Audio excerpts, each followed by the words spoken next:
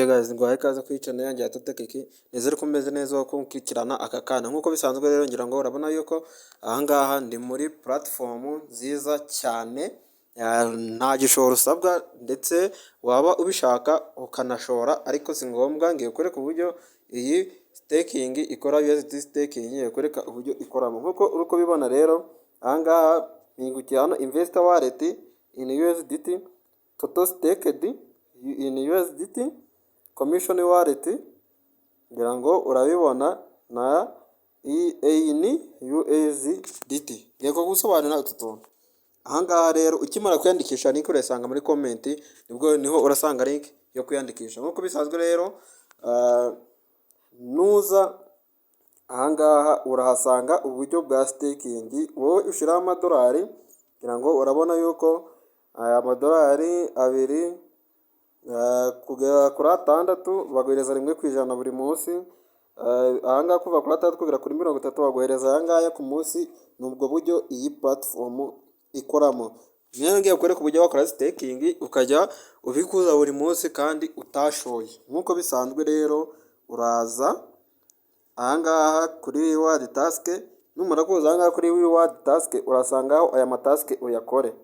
Ngira ngo urabona iyi ya mbere, iyi ni iyo uhabwa na package iguhereza 0.1. Ahangaha hagufollowinga ntuza yabo baguhereza $1. Neneho no kwinjira muri groupe yabo igaragazamo proof yuko babikuye nabwo bakaguhereza $1. Nkuko bisanzwe rero ngira ngo urabona nubwo buryo urakuramo. Numara ko joining izo groupe nibwo buryo urakuramo amadolari 2 urayita ukora staking. Numara kuyabonamo balance yawe harahita haza amadolari 2. Noneho urayituza hano, urayituza ahangaha ushiremo amadolari 2. Ngira ngo urabona yuko ahangaha uzajya uhabwa 1% bya buri munsi. Noneho icyumweru uzajya wunguka 0.14. Ngira ngo urabona ko buri masaha 24 uzajya ubona 0.02 bya USDT by'ubuntu kandi ukayabikora. Iyo umaze kugira ituza ugakanda hano kuri staking. Niyo kwereka noneho uburyo umuntu abikuramo. Urabona ngewe rero ahangaha ndahita nza hano kuri withdraw. Nimara kuza ahangaha kuri withdraw ndasetingamo password nzajya nkoresha ndi kubikura.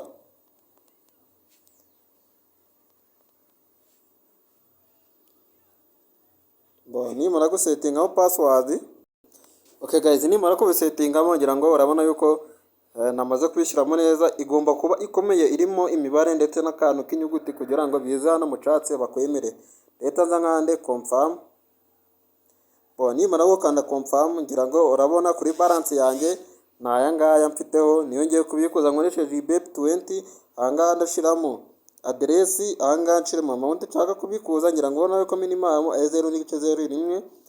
Hanyuma hano hasi ni kuri security.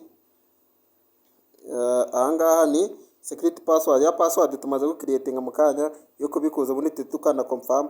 Ndahita nza ahangaha muri trust wallet yanjye. Nimara kuza ahangaha muri trust wallet yanjye ryo gufata address ndabikurizaho. Nimara kuza ahangaha ndahita nza nkanda hano kuri USDT. Nimara gukanda ahangaha kuri USDT ndaza nkanda hano kuri receiver. Hanyuma nkande copy. Nkande copy y'iyi address ngaruke ahangaha mpite nshiramo ya address yacu. Manuke hano hasi nkande all ko yose nshaka kuyabikora. Hano nshiremo ya password yacu yo kubikuza. Okay, nimara kugera hanyuma mpite nkanda confirm. Nkanda confirm nigereze yuko ngira ngo urabona yuko withdraw yanje yabaye success. Reka dutegereze turebe neza ko ari buze kutugeraho. Turategerezaho gatoya. Guys, nkibivuga ngira ngo urabona yuko hano hejuru twakiye 0.09 bivuye muri ya staking, yacu. Ngira ngo murabibona neza cyane. Muri tuza tugasubira inyuma tukaza ahangaha kuri balance. Ngira ngo urabona yuko balance yacu iriho 0. Twakoze staking y'amadolari 2 kandi n'ubuntu. ninza hano hejuru, ahangaha ngira ngo urabona yuko withdraw yacu bari kutubwira ko yabaye successful, ngira ngo urabibona, urabona yuko yamaze kuba successful. Nituza ahangaha muri Trust Wallet yacu turebe koko niba yatugezeho, mutagira ngo ni ibintu bya scam. Ugasubira inyuma ukaza hano muri history, urabona yuko ya madolari yacu yamaze kutugeraho. Link yo kwiyandikisha iri muri comment.